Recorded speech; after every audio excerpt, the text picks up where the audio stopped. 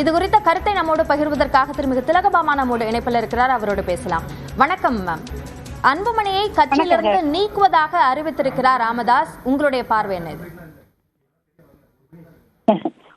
பொதுக்குழுவால் தேர்ந்தெடுக்கப்பட்ட தலைவர், இன்னும் தேர்தல் ஆணையத்தால் அங்கீகரிக்கப்பட்ட தலைவர், அவருடைய இயக்கம் அப்படிங்கிறதுலதான் உண்மைத்தன்மை இருக்குது. தன்னைத்தானே தலைவராக அறிவித்துக் கொண்டதும் அல்லது ஊடகங்கள் வழியாக அவரை ஏற்கனவே தலைவரை, பொதுக்குழு தேர்ந்தெடுக்கப்பட்ட தலைவரை செயல் தலைவரா மாத்துறேன், நானே தலைவர் அப்படிங்கறத அறிவிக்கிறதும் எந்த வகையில நியாயமா இருக்க முடியும்? இது ஏற்கனவே நம்ம பேசி முடிச்சிட்டோம். இப்ப கட்சி பொதுக்குழு தேர்ந்தெடுக்கப்பட்ட தலைவர், தேர்தல் ஆணையத்தால் அங்கீகரிக்கப்பட்ட தலைவர், சின்னம் எல்லாமே சட்ட ரீதியாக தலைவர் கையில் இருக்கிறது.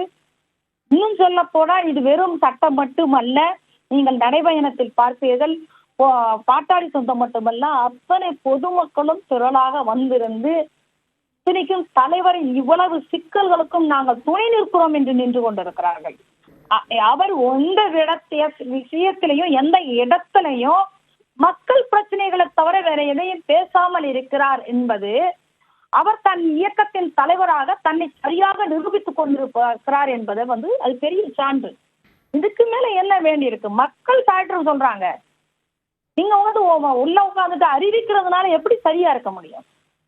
கட்சியோட நிறுவனர் அப்படிங்கிறது வரைக்கும் எங்களுக்கு மிகப்பெரிய மரியாதை. இதுவரைக்கும் செய்த செயல்கள் எல்லாம் இருக்குது, ஏப்ரல் 10ஆம் தேதி வரைக்கும். ஆனா அவ்வளவு பெரிய மனிதர் ஊடகங்கள் வழியாக ஒரு தலைவரை நீக்கிறதாவோ மாத்துறதாவோ அறிவிக்கிறது சரியில்லைன்னு அவங்களுக்கு அப்படி தெரியாம போச்சு. எனக்கு புரியல. இது எங்களுக்கு இது பத்தி எல்லாம் கவலை இல்லைங்க. மக்கள் பிரச்சனைகளுக்குள்ள இயங்கிக்கிட்டு இருக்கிறோம். அதுக்கு தலைவர் அவர் அடுத்தடுத்த வழிநடத்தல்களை சென்று கொண்டிருக்கிறார். நாங்க பின்னாடி இயங்கிட்டு இருக்கிறோம். அவ்வளவுதான் விஷயம். அதனால இந்த ஒவ்வொரு வியாழக்கிழமையும் வர்ற தகவலுக்கு நாங்க பதில் சொல்ல முடியாதுல்ல. இல்ல, இதுக்கு முன்பு நோட்டீஸ் கொடுத்திருக்கிறோம். அதற்கு அவர் பதில் சொல்றாரா இல்லையான்னு பாக்குறோம். யாருக்கு நோட்டீஸ் கொடுக்கறது? யாருக்கு நோட்டீஸ் கொடுக்கறது? கட்சி தலைமை பொதுக்குழுவா தேர்ந்தெடுக்கப்பட்ட, நான் என்ன சொல்றேன், 3 வருடங்களுக்கு முன்னாடியே தலைவரா தேர்ந்தெடுக்கப்பட்டுட்டார். ஏன் அது வரைக்கும் இருந்த ஜி.கே. மணி தலைவரா இருந்த போது அவர் தான் கையெழுத்து போட்டார் நியமன கடிதங்களில். அதற்கு பிறகு ஏன் நீங்க தலைவரை கையெழுத்து போட அனுமதிக்கலைங்கிற கேள்வி எல்லா பாட்டாளி சொந்தத்தின் மனசிலும் இருந்தது. சரி, ஐயா பெரியவர் எல்லாரும் அமைதியாக இருந்தாங்க.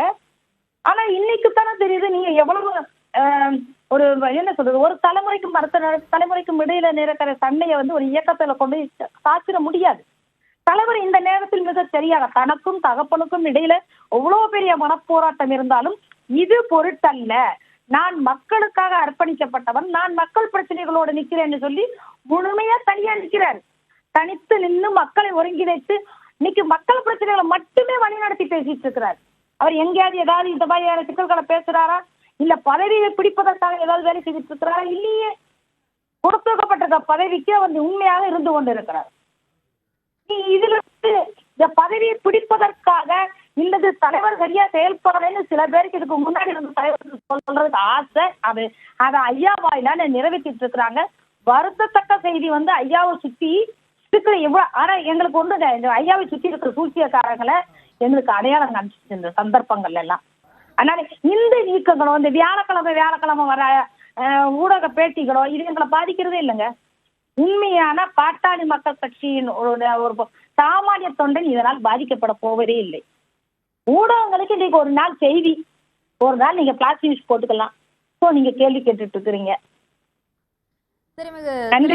இந்த பாமக தான் உருவாக்கிய தனி நபராக தான் உருவாக்கிய கட்சி, இதனை யாரும் சொந்தம் கொண்டாட முடியாது என்று குறிப்பிடுகிறார். அது மட்டுமல்லாமல் உடனிருக்கும் 10 பேர் அவர்களை பல்வேறு வகைகளில் அவர் எதிர்பாராத வகையில் எல்லாம் நாங்க வளர்த்து விட்டுருக்கோம் அப்படின்றதையும் அவர் குறிப்பிடுறார். அவர்களை நாம் மன்னிப்பதற்கு தயாராக இருக்கிறேன்னு சொல்றாரு. மன்னிப்பு வழங்குறதுக்கு சிலருக்கு சில நேரங்களில் தகுதி வேணும். அவ்வளவுதான் நான் சொல்றது. நான் கேட்கிறேன், இது கட்சியை தனி மனிதன் உருவாக்கலாம். ஆனா அந்த கட்சி சட்ட ரீதியான ஒரு இயக்கமாக மாறிய பிறகு நீ ஒரு தனி மனிதன் மட்டுமே இருந்தால் எப்படி இந்த இயக்கம் உருவாயிருக்கும்? அந்த தனி மனிதனோடு இணைந்து எத்தனை புள்ளிகள், தூரத்து புள்ளிகள் கூட அதுல இணைஞ்சிருக்குல்ல. கட்சி அவரோட இருக்கிற 10 பேரை வளர்த்து விட்டதுன்னு இல்ல, கட்சியை நாங்களும் வளர்த்திருக்கிறோம். எங்களுடைய முகங்கள் சரியா இருந்தா தான் கட்சி வளரும். எங்களுடைய முகங்கள் கீழா இருந்தா அது வளராது. அப்ப இது பரஸ்பரம். எப்பயுமே நல்லா தெரியும், ஒரு இயக்கம் யாருமே தனிநபர் சொந்தம் கொண்டாடுறாங்கன்னா அவங்க தற்புகழ்ச்சிக்குள்ள சிக்கிக் கொண்டு விட்டீர்கள் என்று நாம் புரிந்து கொள்ள வேண்டியது நமது கடமையா இருக்கிறது. எப்படிங்க ஒரு இயக்கம் தனி மனிதன் அடிப்படையா வச்சிருக்கோம்? இருக்கவே கூடாது. தனி மனிதன் உருவாக்குறான். ஆனா அது இயக்கம் ஆன பிறகு நீங்க இத்தனை பேரும் இணையாம எப்படி அந்த இயக்கம் வளர்ந்திருக்கும்? ஐயா மட்டும் இருந்தா அந்த இயக்கம் வளர்ந்திருக்குமா? ஐயாவோடு இணைந்து ஐயாவோட சிந்தனை தான் பிரதானம் இல்லை என்று நான் சொல்லவே மாட்டேன். ஐயாவோட சிந்தனைகளை பண்ணு மிரண்டு வியந்து போனவள் தான் நானு. அவர் நிழல்களை இருக்க காலமெல்லாம் இருக்க ஆசைப்பட்டவள் தான். ஆனா அவரே அந்த இயக்கத்தை அடிக்கக்கூடிய இடத்துக்கு கொண்டு போறதுங்கிறது வருந்தத்தக்க செய்தி. பார்ப்போம். எங்களை பொறுத்த வரைக்கும் இந்த பேட்டிகள் எங்களை ஒண்ணும் செய்ய போவதில்லை.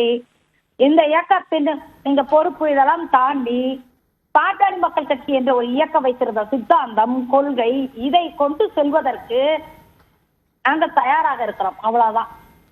இணைப்பில் வந்து கருத்துக்களை பகிர்ந்து கொண்டமைக்கு நன்றி திருமிகு திலகபாமா.